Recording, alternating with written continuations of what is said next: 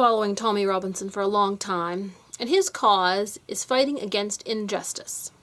Basically, the British government is saying only certain people are allowed to be brought to justice.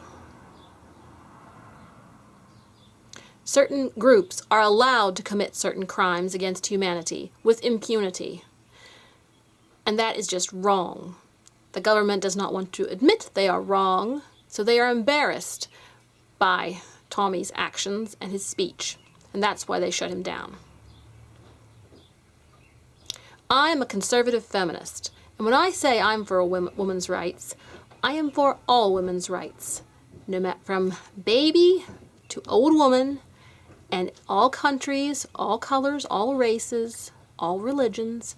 I am for women's rights. I do not, like the left, only say, I'm only for women's rights in certain circumstances, or I'm only for women's rights if they believe the same way I do. That's what they play. No, I'm for women's rights in all cases.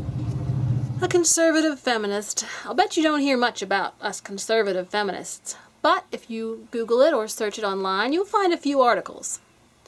Basically, the way I see it is I love being feminine, and I like men to be men. I respect them, and, I like masculinity, and I like being feminine, so they can stay in their camp, I stay in my camp. But the main thing that makes me a conservative feminist is, before that women fought for their rights, they didn't really have any.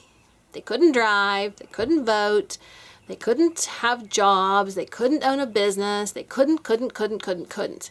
And I value those freedoms and I appreciate them.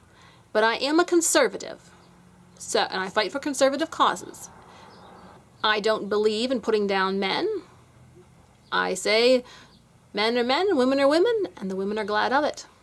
At least I'm one woman who's glad of it. But so I appreciate men, but I also do appreciate my freedoms as a woman. So that's what makes me a conservative feminist. Thanks for watching.